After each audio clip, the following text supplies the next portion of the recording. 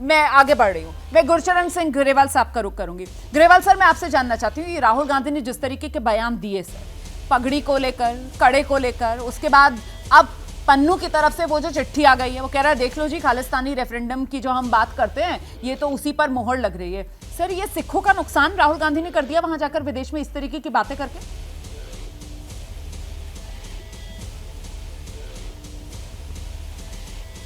देखिए रोमाना जी, बात आपने इसको जो प्रोग्राम का नाम दिया है संजोग जी, शुरुआत किया, ये एक अलग सा संजोग है जो मैं पहली बार देख रहा हूँ।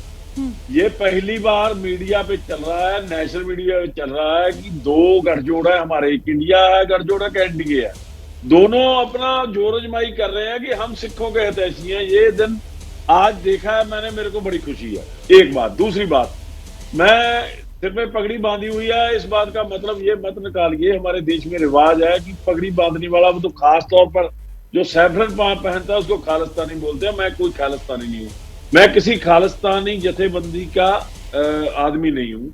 मैं कोई भी खालिस्तान की बात करता है, सिमरनजीत सिंह मान ने बात की है, वो आपका सांसद है, अमृतपाल सिंह ने बात की, आपका सांसद है, उनकी अपनी नीति है। अब मैं बात करता हूं कि जो हमारे लिए परिभाषा, हमारी डेफिनेशन क्या है राहुल।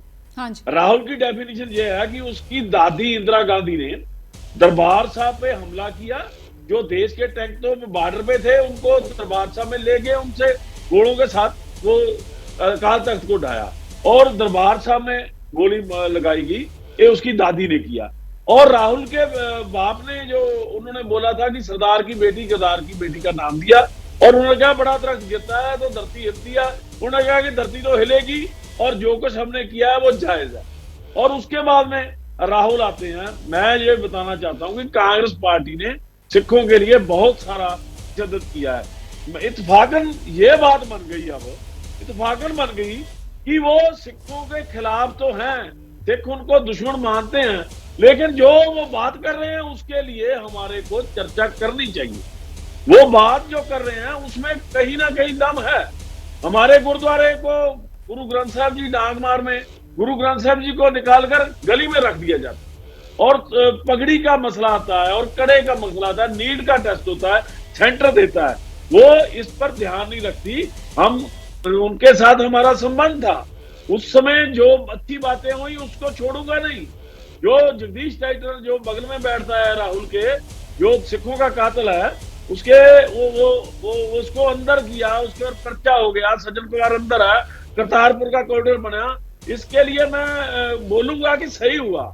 लेकिन आज का जो माहौल है, सिखों की संस्थाओं को तोड़ा जा रहा है, सिखों की संस्थाओं पर कब्जा किया जा रहा है, ये बहुत सी ऐसी बातें हैं। गुरुद्वारे को नसूर बोला जाता है इलेक्शन के समय में। मैं इसमें कहता हूं कि ठीक है, जो बोला गया तो पार्टी ने उसको निकाल दिया। बहुत सारी बातें ऐसी हैं। वो जो पन्नू है, मैं बताता हूं कि पन्नू की क्या पंजाब में क्या है उसकी बात, मैं तो मानता नहीं पन्नू कौन है। पंजाब में कुछ नहीं हो, देखने में सिख ही नहीं है, वो कौन से खालिस्तान की बात करता है। जब हरियाणा में वोट होती है तो उसका बयान आ जाता है, हिमाचल में होती है उसका बयान आ जाता है। ठीक है, ये पन्नू कौन है अभी समय आने पर इसका भी खुलासा हो जाएगा।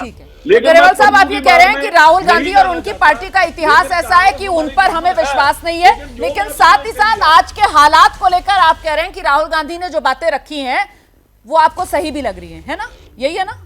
आपको उन पर भी भरोसा नहीं, लेकिन वो जो सवाल उठा रहे हैं आप कह रहे हैं कि इन सवालों पर गौर करना चाहिए जो राहुल गांधी बात कह रहे हैं। ठीक है जी, ठीक है।